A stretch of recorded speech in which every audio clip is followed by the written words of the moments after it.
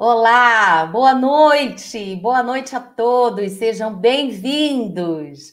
Eu sou a professora Bianca Peixoto, sou consultora, mentora de carreira, professora convidada aqui da PUC São Paulo. Sejam bem-vindos, alunos, professores da PUC, colegas, amigos, Brasil. Nós estamos iniciando uma live específica, inspirada, né, nas nossas demandas das empresas, né, das nossas demandas dos nossos alunos, que é gestão de pessoas pós-Covid-19. Vamos falar sobre tópicos de gestão de pessoas, e eu convido aqui para estar comigo o professor João Pinheiro. Boa noite. Oi, boa noite. Como a professora Bianca falou, eu sou o João Pinheiro de Barros Neto, professor da PUC, coordenador dos cursos de extensão em liderança, lá na universidade. Sejam todos muito bem-vindos. É uma alegria estar aqui com vocês para compartilharmos um pouquinho das nossas ideias. Queria também chamar agora, né, a professora Mitty para se apresentar. Vai fazer também parte do nosso debate. Boa noite a todos e todas. Sejam bem-vindos a essa live que elaboramos com muito carinho, né? Meu nome é Mirti Cruz, sou professora doutora do Departamento de Administração, psicóloga, trabalho com saúde mental e também consultora na área de RH. Bom, nós vamos começar essa live. Ela foi toda construída pensando na necessidade que as empresas trouxeram para nós aqui na PUC, na demanda que as empresas nos fizeram para desenvolvimento de novas soluções na área de humanas, de negócios, vocês, alunos, pensando especificamente em produtividade, execução, liderança no mundo dos negócios, nessa nova economia. Então, estamos, inclusive, escrevendo, construindo cursos específicos direcionados para esses temas. E para iniciar esse debate, eu queria só deixar o recadinho que já vai escrevendo aqui para a gente, quais são suas dúvidas, suas inquietações, perguntas, sugestões. Nós vamos começar um debate com 3 grandes blocos, todos nós 3 vamos falar aqui, vamos comentar, e no final vamos responder as suas perguntas. A gente vai fazer uma troca bastante dinâmica aqui com vocês, tá bom? Bem, vamos começar falando então, né, pensando nesses novos paradigmas do mundo de negócios, nessa realidade que é imposta nessa nova cultura, pensando na capacidade dos líderes se articularem, né, nesse novo modelo mental que é o mundo, né, esse modelo mental exponencial. A gente vai começar a falar de produtividade e execução, tá? Que é o primeiro grande tema e ele é muito vasto. Eu quero convidar o professor João para começar a comentar sobre esse tema um pouquinho. Professor João, vem para cá. Muito bem. Vamos lá, né, conversar um pouquinho sobre produtividade e execução. Eu acho que nesse contexto de pandemia, a gente deve ter pensado, se preocupado muito com isso, né? As empresas tendo que mandar os seus funcionários para casa, tiveram que se adaptar, né, a essa realidade imposta pelo vírus. E aí, agora, quando a gente fala pós-pandemia, ainda estamos no meio da pandemia, não é verdade? Então, as empresas elas estão buscando se acostumar e viver nesse ambiente. Mas eu queria iniciar já trazendo um dado que eu sei que talvez até a maioria de vocês já tenha conhecimento, mas a produtividade do trabalhador brasileiro é muito baixa mesmo, né? Se a gente for comparar com a produtividade dos funcionários americanos, dos empregados americanos, nós vamos ver que um brasileiro corresponde, né, a 20% da produtividade do americano. Isso significa que, para dar conta do trabalho que um americano faz, precisa de 5 brasileiros. A média, né? Eu não tenho esse dado nesse momento exato, até porque depois da pandemia, esses números podem ter variado um pouco. E o que é mais triste, né, pessoal, é que a nossa média de produtividade fica abaixo, inclusive, da média global. Então, se nós pegarmos os funcionários de todo o mundo, e tirarmos uma média, o brasileiro ainda está abaixo. Então, quando a gente fala em produtividade, execução, é um assunto que o empresariado brasileiro fica de cabelo em pé. Essa é que é a verdade, né? E aí a gente tem que entender o que é essa produtividade, né? Por que a gente é tão baixo assim em produtividade? Eu sei quando eu falo isso em sala de aula, o pessoal logo fala, é questão de instrução, é questão de educação. E aí é interessante você fazer uma comparação, depois você entra na internet aí, não agora que a gente está conversando, né? Mas depois, só para confirmar o que eu estou falando, vocês vão ver que a curva da educação brasileira, nos últimos 20, 30 anos, subiu bastante, né? O nosso nível de formação subiu muito, mas o nosso nível de produtividade não. A primeira conclusão é que as pessoas estão aprendendo coisas nas suas aulas, nas universidades, nas faculdades, né? E mesmo segundo grau, por aí, que não vai servir no trabalho, não vai servir para o trabalho, né? Por isso, essa necessidade de continuar estudando e fazer cursos, né, de pós-graduação. Hoje em dia, todo mundo está procurando isso. Mas um ponto fundamental, pessoal, é que é o seguinte, né? Muitas vezes a gente confunde trabalho e esforço com produtividade. É muito comum a pessoa chegar em casa e dizer, estou exausto, estou cansado, estou acabado. E, né, não foi produtivo, trabalhou muito, né? Trabalhou muito. E agora, na pandemia, a gente está vendo isso. O fato é que muita gente está em casa, está cansada, está exausta, né? Alguns, eu até comento, né, que ficam mais cansados em casa do que quando estão na empresa. Isso é uma questão bem interessante. E aí vem a questão, o problema, né? O ponto X. E a produtividade melhorou? E essa é que é a grande discussão, né? Então, veja, quando a gente fala produtividade, na verdade, a gente está falando de uma razão, né? De uma divisão mesmo, né? Entre o esforço, o recurso que eu emprego em alguma coisa e aquilo que eu obtenho de volta, né? Então, se a gente pensar num sistema, numa caixinha, né? É a razão entre a entrada e a saída, né? Então, eu trabalho, eu tenho que produzir mais do que a empresa, pelo menos, pensa assim, né? Tem que produzir mais do que eu estou te pagando de salário, no mínimo, né? Fora benefício, tal, e por aí vai. E aí, nessa questão, eu trago um dado também que eu tenho certeza que vai causar espanto para muita gente.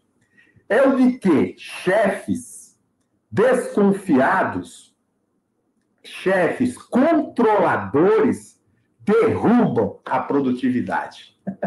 Parece um paradoxo, parece até uma coisa difícil de acreditar. Quer dizer, quanto mais controlador o cidadão menor a produtividade do empregado. Então, quanto mais você controla, menos o cara trabalha. Veja, não sou eu só que estou dizendo isso, não, hein? Tem muitas pesquisas aí, e vocês podem procurar depois na internet. Até no Valor Econômico já saiu esse tipo de coisa, na revista Exame. É muito comum você achar pesquisas sobre essa questão, né? A relação entre o estilo de liderança e a produtividade, né? Então, depende muito. Você quer que o seu funcionário, que o seu colaborador, né, seja um pitbull para trabalhar, ou quer que ele seja meramente um mercenário lá que está só por dinheiro? Depende muito do comportamento da gestão, né? Então, há uma série de coisas, claro, né? Eu também, quando eu falo em produtividade, eu tenho que pensar em mim, né? Me avaliar, né? Eu tenho foco, né? Há uma série de questões, de competências aí, que a Bianca vai comentar e a gente vai continuar essa conversa nesse ponto. Mas antes de eu passar a palavra para a Mirth, e o meu tempinho aqui, né, nessa primeira rodada é curto, eu também queria comentar um pouquinho sobre a execução, que está extremamente relacionada com a produtividade. A execução, a gente também percebe, vê isso, né? A dificuldade que é para as empresas colocar aquilo que planejam em prática. Muitas vezes os planos são lindos, maravilhosos, nossa! Você vê planos assim que resolvem todos os problemas do mundo. Você já deve ter acompanhado esses planos não é mirabolantes, não são mirabolantes. São planos até realistas e bem intencionados, né? Olhem, pensem, né? Pesquisem o quanto os governos, né? Os governos, em qualquer nível, eles conseguem executar dos seus orçamentos. Vocês vão ver que todos, né? Têm dinheiro e não conseguem gastar, não conseguem gastar bem. Isso é um problema de execução, né? Então, esse é outro problema assim, que leva muitas empresas a ter que enfrentar problemas gravíssimos, né? Porque planejam bem e não conseguem executar. E onde é que está o problema, né? Por que a gente não executa? Por que as coisas não acontecem, né? É simples, né? É porque falta liderança, né? Falta, aí sim, né? Falta acompanhamento e monitoramento. Isso ficou muito claro agora na crise, hein? Ficou muito claro agora na crise, né? Porque agora a empresa ela tem que planejar e executar, senão não adianta. Bom, mas eu quero convidar a professora Mirth para continuar essa conversa sobre produtividade e execução. Excelente, João. É sempre muito gostoso, né, participar de uma live com o João, meu colega querido, porque ele traz uma perspectiva de discussão e é bem interessante. E se a gente pensar, por exemplo, questões que a gente está vivenciando agora, né, principalmente da questão da liderança em torno da própria logística e de todos os processos que envolvem a distribuição e aplicação da vacina do Covid-19, por exemplo, a gente encontra aí uma série de desafios, né? Então, por exemplo, aí João deixa uma provocação para a gente pensar, né? A questão da liderança. A questão da liderança, da gestão de pessoas, do estilo de liderança, é fundamental para que a gente consiga ter essa execução com eficiência e eficácia, na velocidade, no volume desejado. Então, eu diria assim, variáveis como as que ele já colocou, por exemplo, ele colocou questões ligadas ao processo formativo, educacional, às competências. Eu acrescentaria também a questão das tecnologias, né, dos acessos, também, né, dos sistemas, de todo o arsenal, né, de tecnologias importantes nesse processo de execução. E eu diria também que existem fatores muito mais complexos ligados aí à questão da cultura, né? Então, o nosso país, ele tem algumas dificuldades culturais relacionadas aí à produtividade, porque a gente perde muito esforço, muita energia, que não necessariamente é direcionada para a execução. Então, o brasileiro, ele é extremamente trabalhador, né? A gente não está questionando isso, não está colocando em xeque nada relacionado ao volume de trabalho que o brasileiro depreende diariamente. Muito pelo contrário. No entanto, a gente está dizendo assim, essa mesma força de trabalho, quando ela não é direcionada por meio de uma liderança eficaz, ela se perde. E se perde nesse trajeto mesmo em direção à execução. Não chega na execução. E se chega com alguma dificuldade. Então, eu diria assim, as empresas, nesse exato momento, na gestão de pessoas pós-Covid ou com Covid ainda, a gente está aí seguindo na direção de 2021 com dilemas, desafios imensos da gestão de pessoas com o cenário da pandemia, e isso nos coloca aí, nos convida a pensarmos em trabalharmos a liderança de forma mais assertiva. Falamos hoje de liderança exponencial, liderança que tem entregas muito mais assertivas e numa velocidade que o mercado demanda. Então, é disso que nós estamos falando. Nesse sentido, a importância do engajamento, né? A importância de se ter um tipo de trabalho relacionado aí a perfis, né, desse próprio trabalhador, como é que ele chega, né, como é que ele é desenvolvido, se ele é desenvolvido ou não, porque não tivemos, né, problemas necessariamente de produtividade durante a pandemia. Aliás, as empresas perceberam que as pessoas produzem, elas não precisam daquele chefe ultrapassado que ficava lá olhando, vigiando em cima, fiscalizando. Esse perfil, ele não encontra mais lugar num mercado absolutamente dinâmico que exponencializou de 2020 para cá, né? Então, nós estamos falando aí de uma mudança de mindset no mundo corporativo, sobretudo na liderança. Então, eu terminaria a minha fala chamando a atenção para a importância da liderança nesse processo de produtividade, no processo de execução. Então, há que se capacitar essa liderança de forma mais assertiva, de forma mais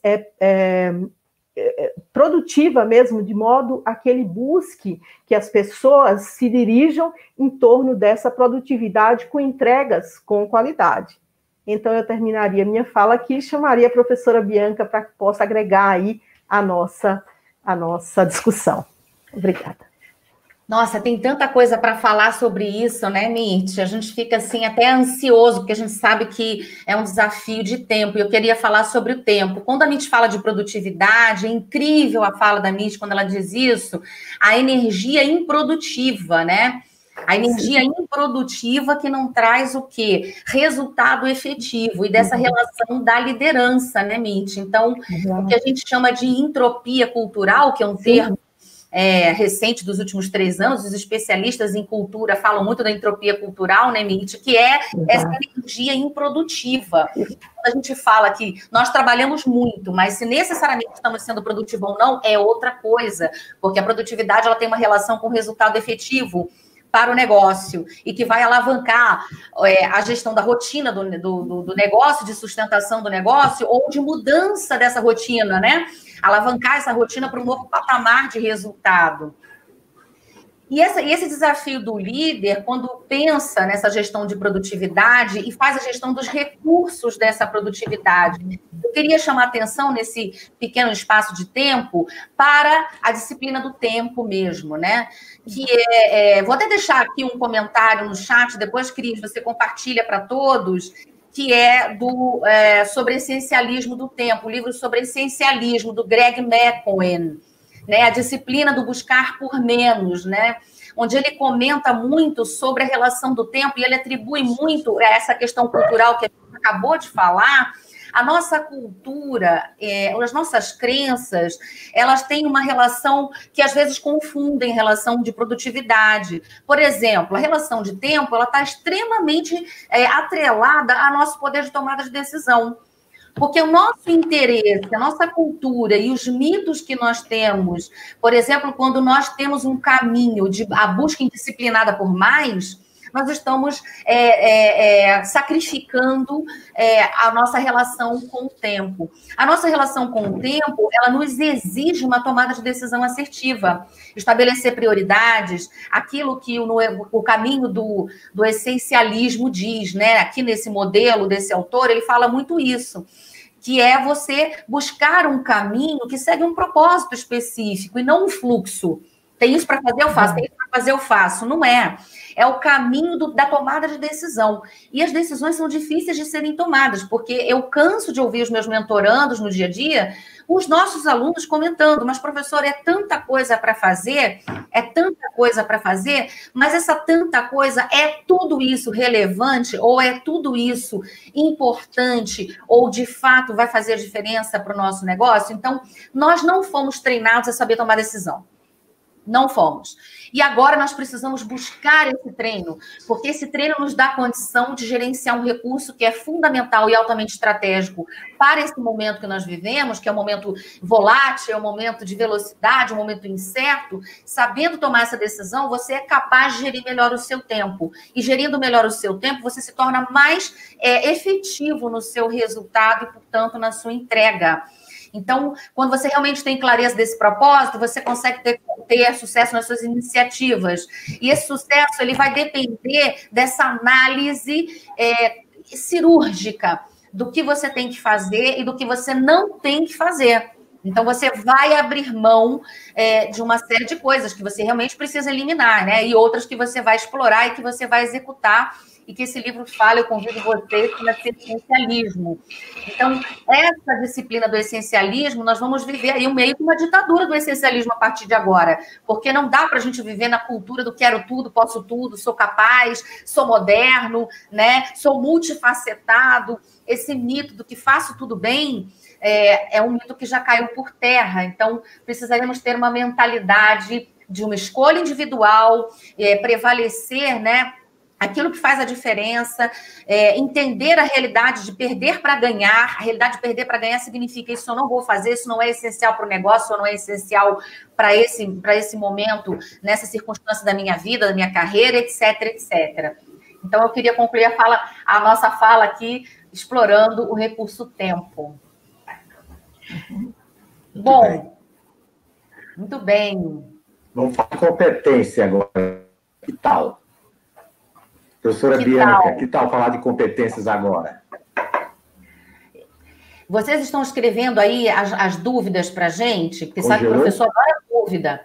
Estão me ouvindo bem? O professor adora dúvida, né? Adora quando pergunta, desafia, alguma coisa que a gente vai pesquisar juntos. Essa interação para a gente é super importante.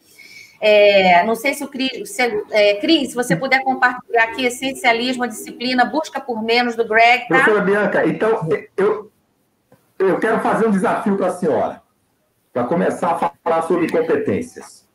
Veja, recentemente eu vi... até ficou animado, né, professor? Eu até recentemente eu tive acesso a uma pesquisa da Deloitte. Desculpa se eu dei o crédito errado aqui, né? Mas com essa pandemia, essa situação que nós estamos vivendo, 44% das empresas afirmaram nessa pesquisa, né? Depois da pandemia. Não terminamos ainda, né? 24% estão dizendo que vão manter o quadro, mas vão substituir. Professora, vão manter, né, o quadro, mas vão substituir. 23%. E 9% dizem que vão diminuir. Bom, o mais interessante é que desses que vão substituir funcionários,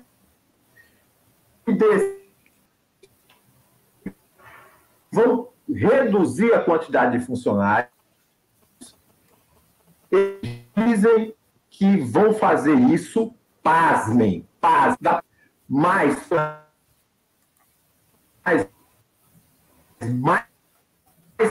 qualificado. E porque vão aplicar a robotização, inteligência artificial. E aí, professora, o que a senhora me diz sobre as competências para esse novo cenário? Olha, quando a gente começa a falar assim, é bom para temperar, né?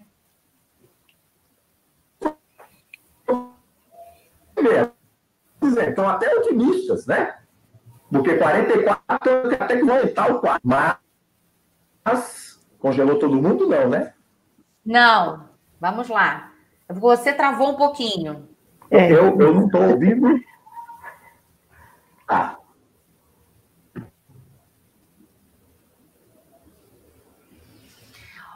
Olha, o que o professor João está dizendo está relacionado a um cenário que a gente tem que tomar cuidado para a gente não trazer com um peso meio que apocalíptico, vamos dizer assim, né? Várias coisas vão acontecer ao mesmo tempo. Por que várias coisas vão acontecer ao mesmo tempo, né? Essa estatística é uma estatística pertinente. Entretanto, essas estatísticas elas não conseguem englobar todas as realidades e universos de todas as empresas. Nós temos empresas em diversos níveis de maturação de negócio, né? Nós estudamos dentro das estratégias de negócio, quando nós analisamos planejamento estratégico aqui nos cursos com vocês, alunos, nós sempre comentamos que é importante que nós tenhamos essa análise de cenário do ambiente corporativo. Então, você vai encontrar ambientes corporativos que estão com alto nível de governabilidade e já estão com alto nível de automatização. Esses ambientes que estão com alto nível de automatização, eles tendem a usar a inteligência artificial, a mecanismos como aplicativos, plataformas, etc., e ter grandes especialistas no seu corpo de colaboradores, na sua estrutura. Mas essa não é uma verdade absoluta, porque você tem vários cenários de negócios que se apresentam nesse contexto mundial. Então, você tem empresas pequenas, familiares, médias, familiares, empresas grandes, também familiares, ou empresas de capital aberto, etc., onde você vai encontrar diversos níveis de maturação de negócio e diversos níveis e estilos de governabilidade, não é verdade? Então, todos esses fatores entrelaçados, eles vão se refletir no seu corpo de funcionários, na sua estrutura humana, vamos dizer assim. Bom, então, eu reconheço essa análise, João, e acho que nós precisamos ficar realmente atentos quando nós nos colocamos no âmbito da nossa singularidade como ser humano, né? O que nós somos criativos, o que nós construímos como indivíduo. Então, eu vou pegar um gancho no que você está falando e citar como um script meio que conhecido já, o Fórum Econômico Mundial, né? Porque o Fórum Econômico Mundial é uma organização sem fins lucrativos que, em Genebra, todo ano reúne lideranças de todo mundo e intelectuais para discutir os assuntos que estão urgentes e que estão sendo enfrentados mundialmente. Portanto, o Fórum Econômico Mundial traz tendências e traz análises muito interessantes e reconhecidas, né? Já de bastante tempo. E uma dessas tendências, quando nós falamos de competências, que eles chamam de top 10 competências de 2020 a 2022, então esses próximos 1 ano aí, 2 anos que nós temos, começa, a primeira delas destacada é o pensamento analítico e inovação. Então, o pensamento analítico, ele não diz respeito a você ser capaz simplesmente de compreender um cenário, mas de você ser capaz de compreender, de você ter uma criticidade e de você contribuir com a sua criticidade. Então, aqui fica entre parênteses a sua capacidade diplomática de influenciar e gerir conflitos. Porque para você ser analítico, para você contribuir criticamente, você precisa saber intervir de maneira diplomática. Então, a sua comunicação precisa ser uma comunicação influenciadora. Não adianta você ser analítico para você, se você não influenciar o meio para alcançar resultados. Uma outra competência citada é a aprendizagem ativa e a estratégia de aprendizagem. O que muitos já estão chamando de aprendizagem intencional. Olha que engraçado esse termo. A aprendizagem intencional é sua habilidade de tratar toda e qualquer experiência que você vive como uma experiência onde você demonstra interesse e tem mentalidade por crescimento e curiosidade por se desenvolver. Então, não existe um status quo onde eu sei e está ok, ou nesse momento não estou aprendendo. Todo momento é momento de aprender, de pesquisar, de entender, né? Então, é uma mentalidade de pesquisa constante, né? Que também foi chamada na aprendizagem a curto espaço de tempo, né? Recentemente, de Long Life Learning, né? Também uma outra tecnologia muito famosinha. O outro citado é a criatividade, originalidade e iniciativas, né? Porque se você não tem... Vamos chamar de autenticidade também, que é um termo muito, muito comentado. A autenticidade, que é você expressar, né, de forma original, você expressar a sua maneira de ver o mundo através de uma iniciativa criativa, e claro, com uma metodologia, com uma abordagem, né? Não com achismos. Depois, a mentalidade do design, né? Então, essa quarta competência, então, ela é bem desafiadora, que é você ser um design e um programador de tecnologia.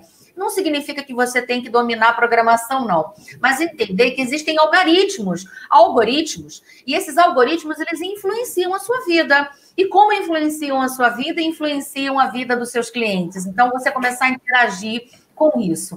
O pensamento crítico e análise, solução de problemas complexos. Claro que, por mais que você tenha 20 anos de experiência, 25 anos de experiência na sua trajetória profissional, se você não aprender a lidar com aplicativos, não aprender a lidar com o Google Analytics, não aprender a lidar com toda a inteligência artificial, com todo o mecanismo tecnológico, você não consegue trazer uma preposição de uma solução rápida, porque no seu know-how não consegue se traduzir para uma matriz de decisão com tanta rapidez quanto os ambientes hoje exigem. Então, solução de problemas é realmente um processo altamente cognitivo e que exige você dominar ferramentas tecnológicas de análise, né? People Analytics, Google Analytics, etc.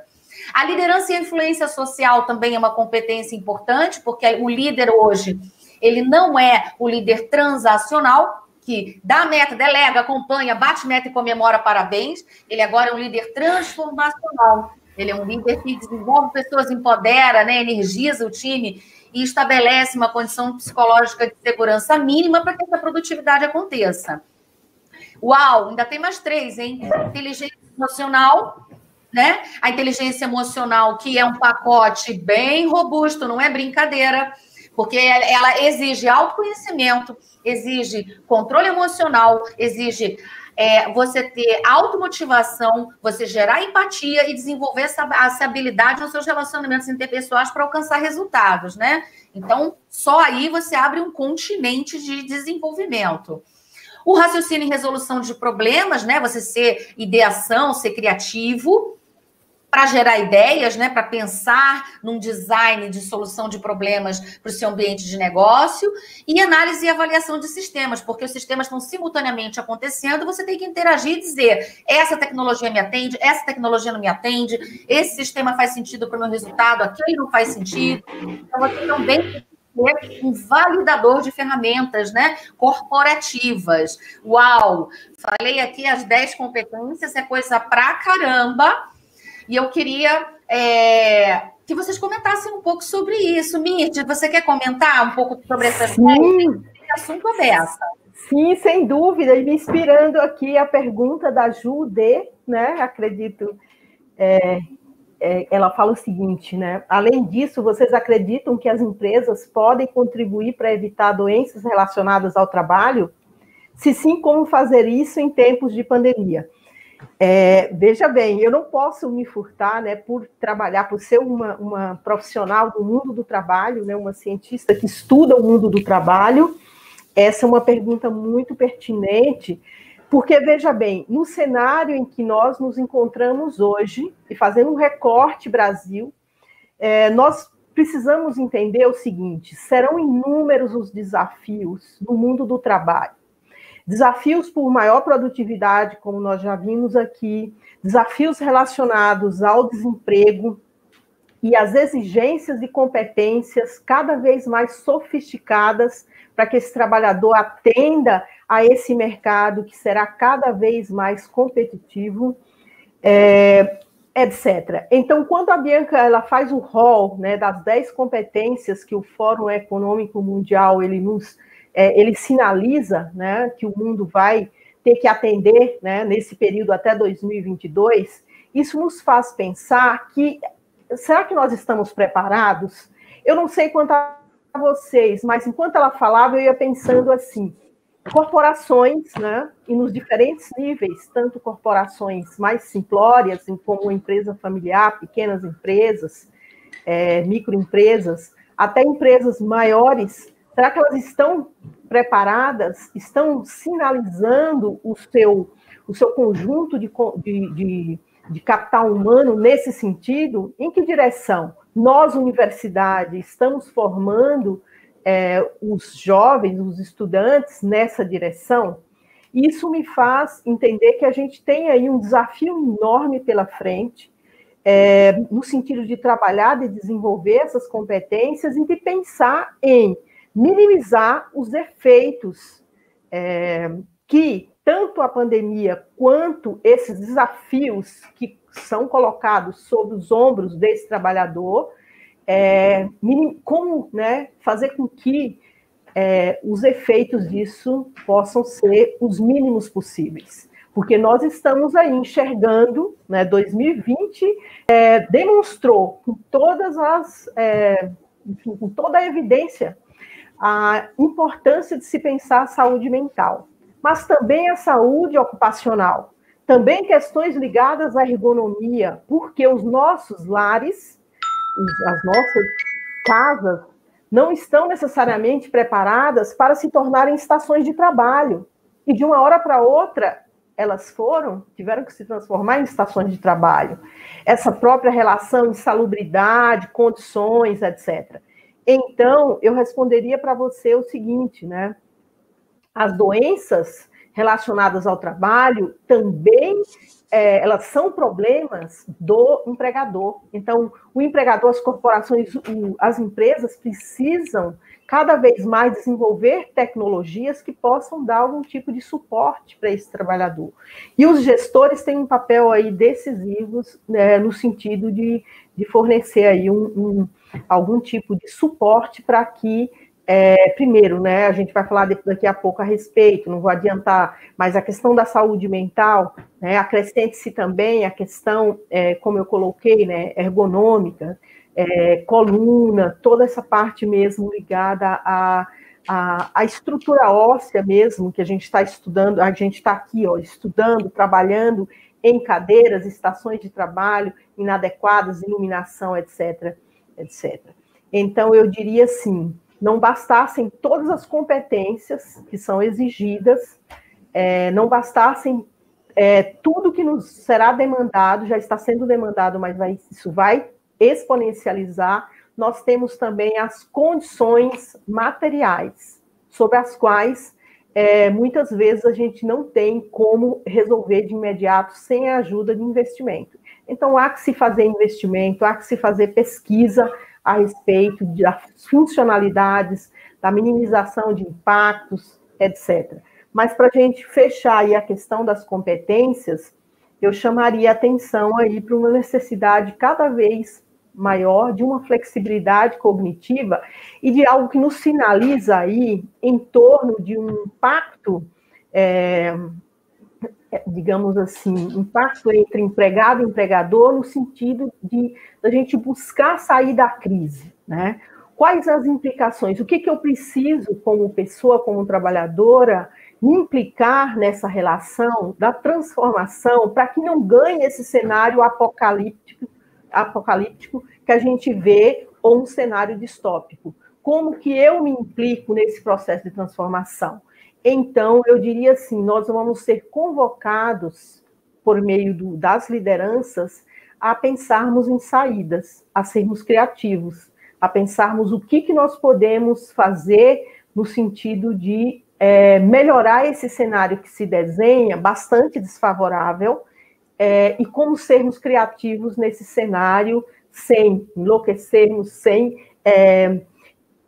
adoecermos, mentalmente, fisicamente, sem perdermos nossa dignidade. Então, temos inúmeros desafios aí, e a gente caminha aí para a exponencialização de competências humanas, né? Competências de humanidade. Eu, humana, né?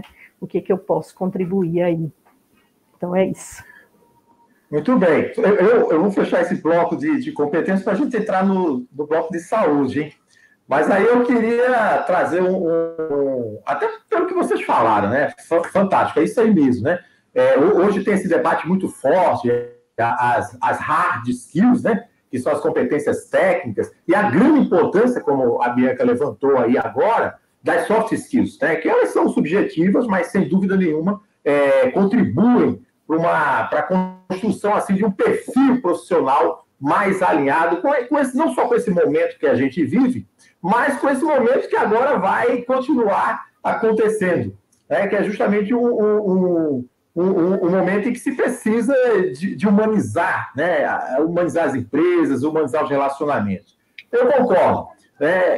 Eu só queria chamar a atenção, até porque eu comecei falando de produtividade e execução, eu queria chamar a atenção ao seguinte, né? Quando a gente valoriza, e valorizamos mesmo as soft skills, a gente também não pode esquecer que as hard skills, as técnicas, deixam de ser importantes. Não é isso, né? Tanto é que quando a gente fala de produtividade, aumentar a produtividade, eu comecei a falar, né? A personalidade do chefe, do líder, impacta a produtividade terrivelmente. Talvez seja o fator até que mais impacta a produtividade. Então, esse chefe, ele precisa, né, desenvolver as suas soft skills. Mas é preciso também, né, não descuidarmos da execução. Eu costumo dar o exemplo seguinte: puxa, aquele piloto de avião é fantástico. Nossa, ele tem um relacionamento maravilhoso. Mas quantas horas de voo ele tem? 2 horas. Tá, você contrataria ele para pilotar o seu Boeing? Não. Né? Mas também um piloto de avião, né, que tem 38 mil horas, 100 mil horas de voo, mas não se dá bem com ninguém, briga com todo mundo, você também não vai contratar para pilotar o seu Boeing. Então, eu queria chamar a atenção para esse ponto. Né? É difícil ser um bom profissional hoje, né? Porque você tem que ter tanto as soft quanto as hard skills. Agora, pergunta para mim, qual que é a mais difícil? As soft. Né? Por quê? Porque tem muito a ver com o seu comportamento, né? Com quem você é, com o que você faz, como você se comporta. Então, eu já dei uma dica no primeiro bloco para você melhorar a produtividade sua e de seus colegas, ou seja menos controlador. Agora, eu vou dar uma dica para você melhorar as suas soft skills. Olhe-se no espelho. Faça algumas caretas diante do espelho, olhando, e preste atenção em quem você é. Né? Muita gente nem se olha no espelho. A maioria das mulheres até se olham, pelo menos, quando entram no elevador. Os homens também disfarçam um pouco, mas se olham. Né? Mas é um exercício, né? Para a gente perceber o quanto nós não nos vemos, o quanto nós não nos conhecemos e o quanto o nosso comportamento influencia, né, as outras pessoas.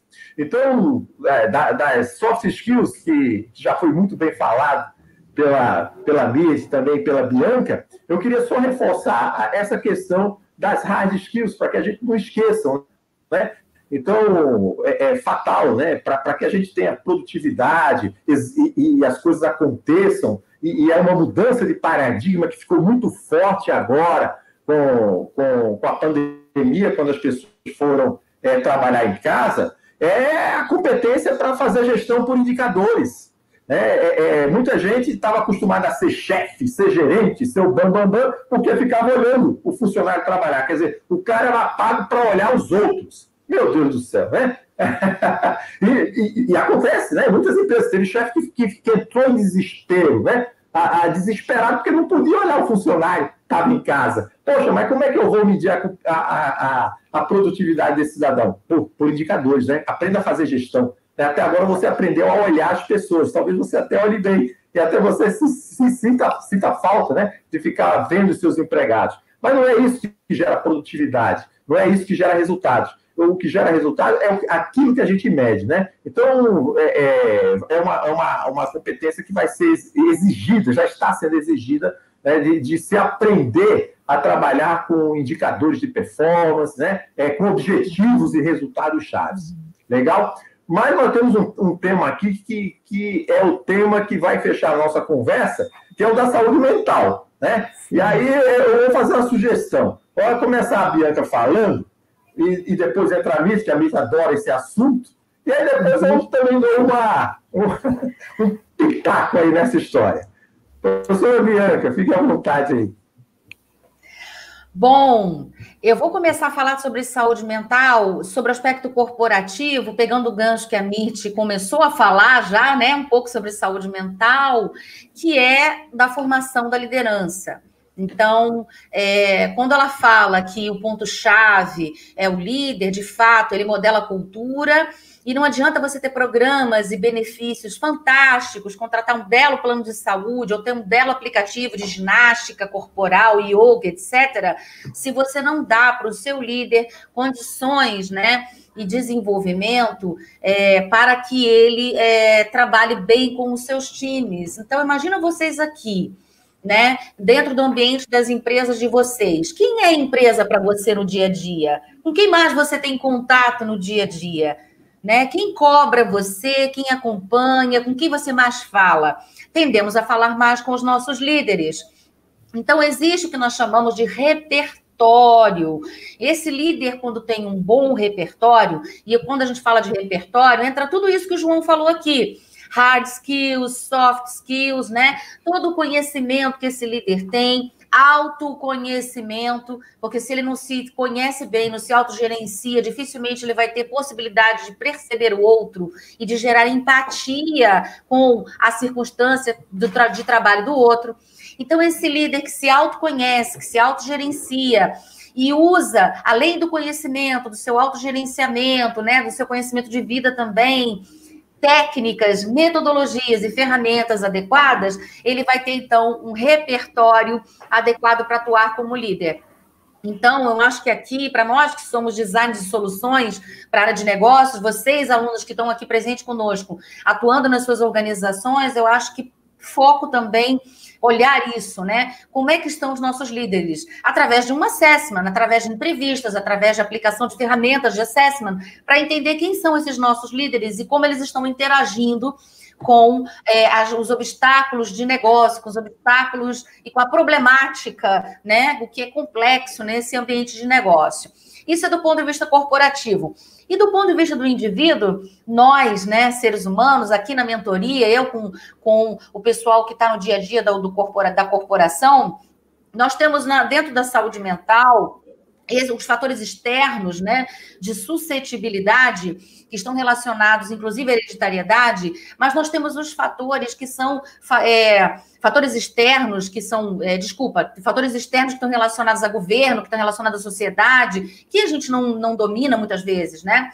E nós temos os fatores internos, todos esses também influenciam na saúde mental. Os fatores internos, eles estão muito relacionados com a sua condição hereditária, né, com a sua carga, né, como eu falei aqui, hereditária, genética, mas também aos seus valores, às suas crenças. Então, poxa, por onde eu começo a pensar?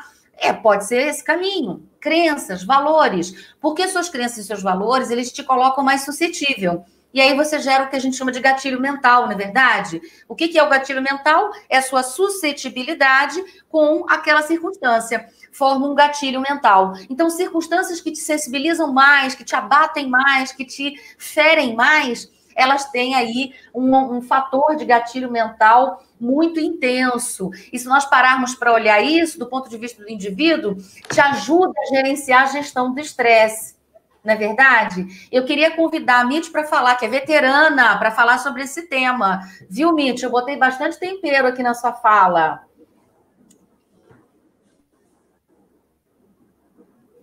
Mitty? Bom, a Mitty está chegando aí. Está conectando. Mitty? Bom, eu vou falar então antes da Mitty. Legal? Para a gente ganhar tempo. E aí a Mitty encerra esse bloco e aí a Bianca faz as considerações e os nossos recados, né? Legal? Mas sobre a questão da saúde, pessoal, muita gente diz assim, um novo normal. Eu pergunto a vocês o seguinte, antes era normal? Veja, eu trabalho em organizações burocráticas, pequenas, médias, grandes, há mais de 36 anos. E eu estou cansado de ver, né, um ambiente de psicopatas. É o que mais tem nas empresas, né? Eu não tenho dados agora, nesse momento, sobre o que está acontecendo em relação à pandemia.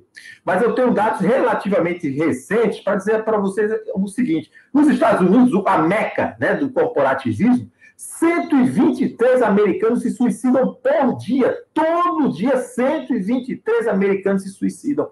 Olha que coisa impressionante.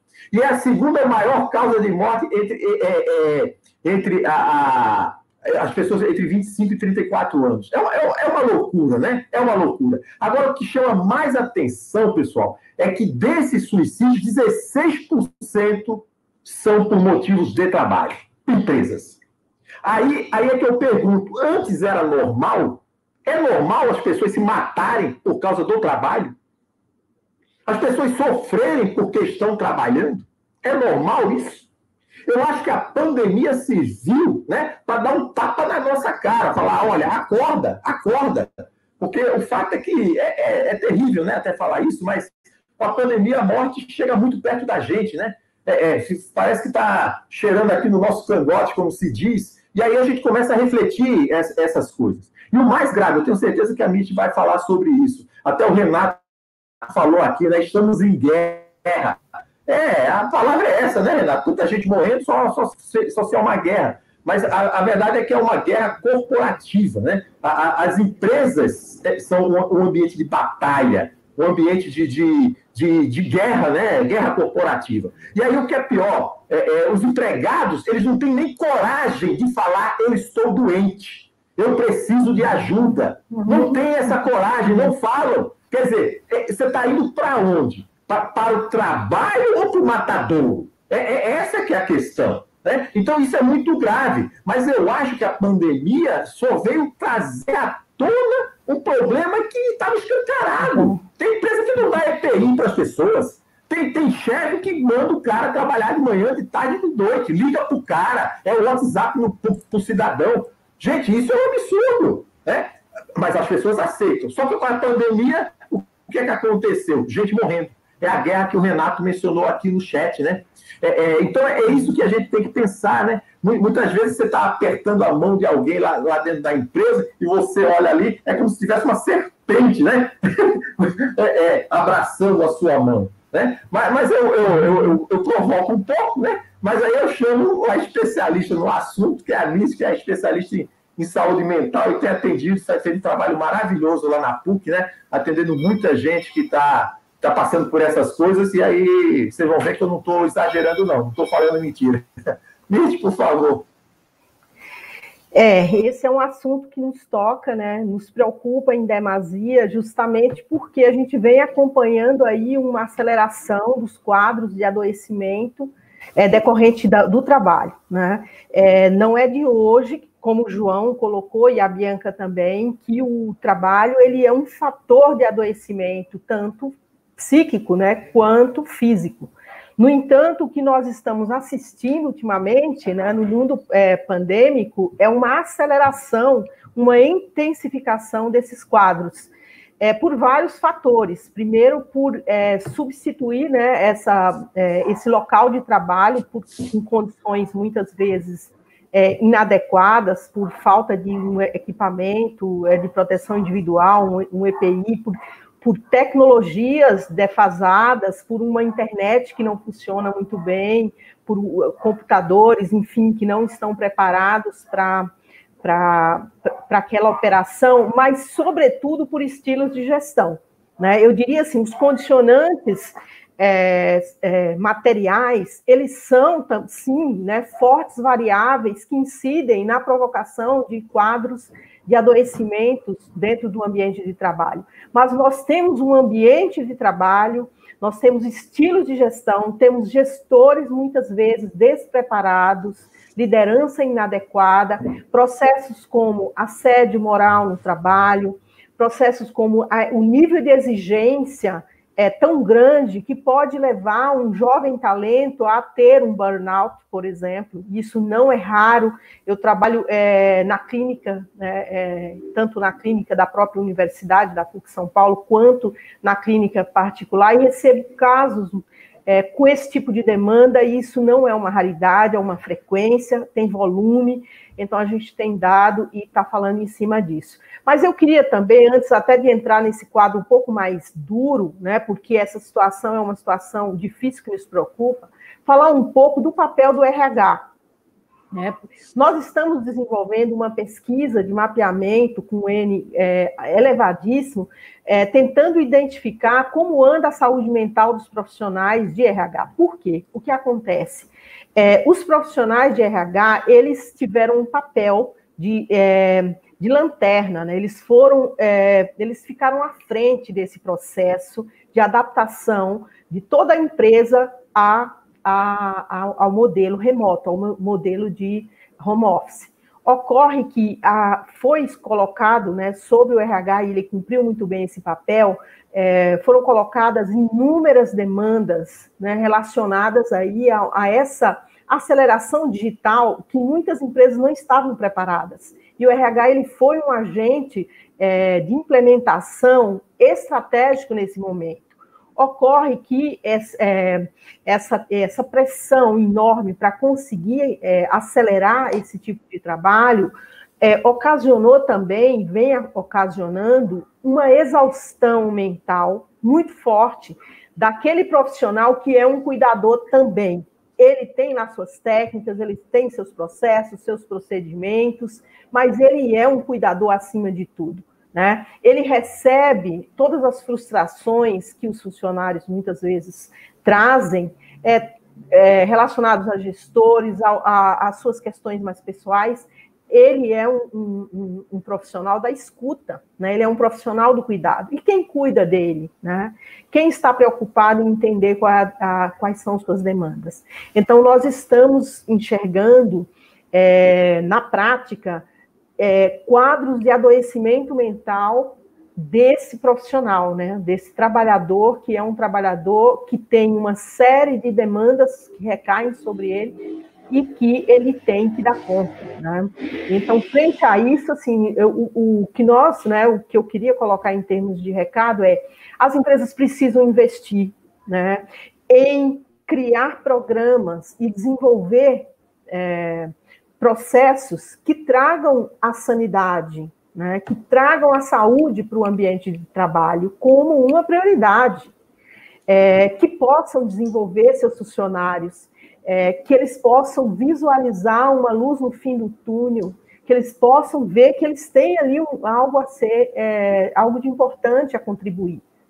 Então, eu diria assim, a saúde mental também está relacionada a processo de liderança, dado que é importantíssimo preparar esse líder para que ele saiba fazer uma leitura sobre a saúde mental. Ele não precisa ser um especialista, mas ele saiba entender ali, fazer uma leitura de contexto, uma leitura de gente, né, de pessoa, de modo a poder acionar os canais de ajuda quando ele perceber alguma sinalização no sentido de algo complicado que esse funcionário apresente.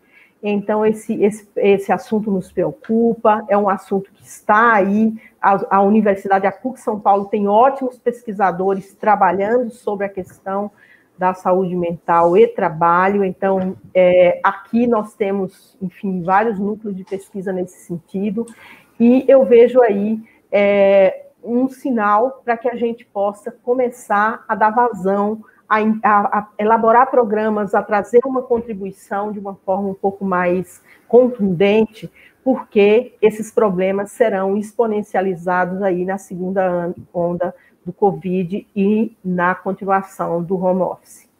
Então, eu teria a colocar essas questões. Talvez a gente possa abrir para perguntas, né, Bianca? As questões que a gente também já está terminando o nosso tempo. Né? Que pena.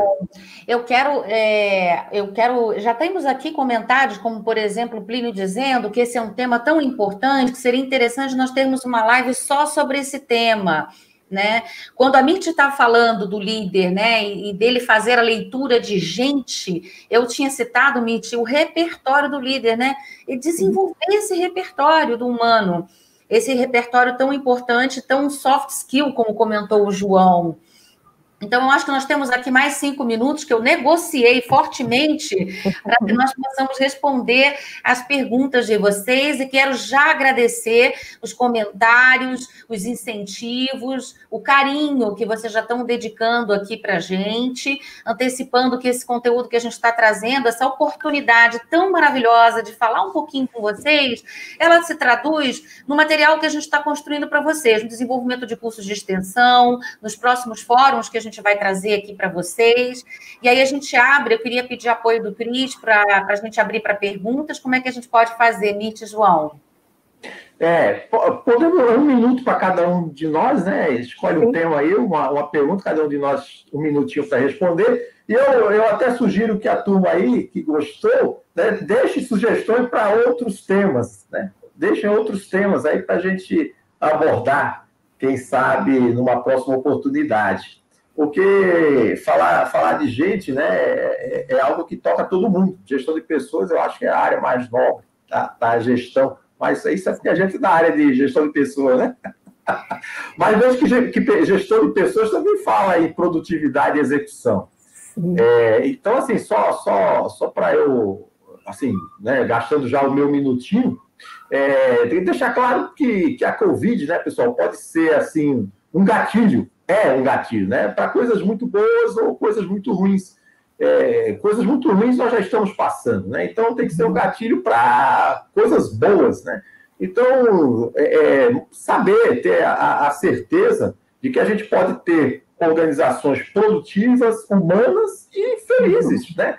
Porque quando você fica doente, ninguém, nem a empresa, nem seu chefe, que gostava de olhar muito para a sua cara, né, todo dia, ele vai querer você. Esse é que é o problema, né? Então, se você fica doente, você é um problema para você, é um problema para a sua organização, e acredite nisso, um problema para o seu chefe. Mesmo que ele não goste de você, você se torna um problema, né? Então, tem que cuidar da saúde, né? E esse é o papel de todos nós, né? Então, vamos lá, a última pergunta, e aí a gente vai já caminhando para o encerramento, né? Que pena. Enquanto alguém elabora uma questão aí, eu só queria falar assim que foi tema, né, do Enem, inclusive, no domingo, né, a questão do estigma que as doenças mentais possuem aqui no Brasil. E se você parar para pensar que no mundo do trabalho esse estigma acaba muitas vezes encerrando a carreira de alguém, muitas vezes impossibilitando que essa pessoa retorne para o mundo do trabalho, porque se ela é afastada por questões ligadas, vamos supor, quebra um braço, é afastada, as pessoas são solidárias. No entanto, quando há qualquer acometimento de um transtorno mental decorrente do próprio trabalho, quando ela retorna, um nível de desconfiança, então as pessoas passam a não confiar mais nela, as pessoas ficam ali, mas não pode falar porque fulano tal coisa.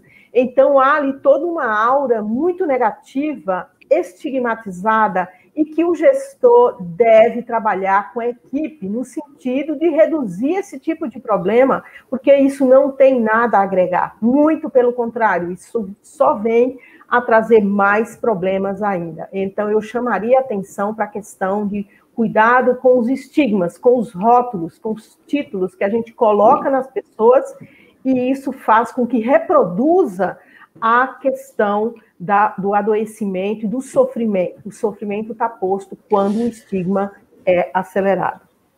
Perfeito. Tem uma pergunta aqui falando sobre carreira, né? Que do Plínio, né? Obrigada pela pergunta. Um tema que poderiam trabalhar a questão das opções de carreira no mundo pós-pandemia.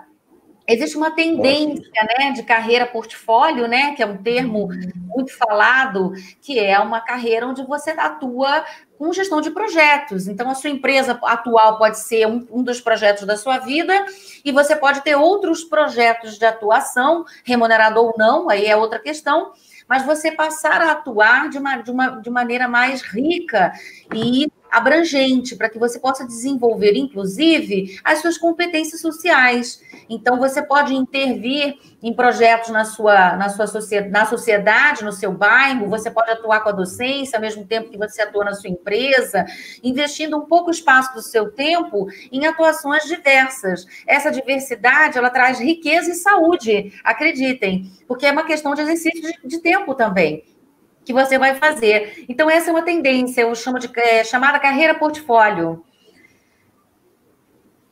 Vocês gostariam de comentar sobre isso? Tem outra pergunta aqui, olha, qual o conceito para o líder, o conselho para o líder que está se sentindo sobrecarregado, muitas vezes com um efetivo reduzido e, em contrapartida, com a necessidade de aumentar resultado? É um desafio, né? Porque ele está ali operando, muitas vezes, em condições desfavoráveis, né, como ele falou mesmo, com efetivo reduzido, então ele vai ter que utilizar de algum modo o arsenal de tecnologias que a empresa dispõe para ele, a empresa tem que dispor. Na verdade, assim, ele vai precisar mobilizar outros braços, que não só o braço humano, o braço tecnológico, por exemplo, o braço, enfim, essa forma um pouco mais auxiliar, né? E sempre reportar de forma a fazer com que, né, a alta cúpula entenda que há esse cenário desfavorável, ele está sobrecarregado, enfim. Então, há aí também que tentar negociar isso nos níveis mais estratégicos para que ele possa não receber todo esse fardo para si.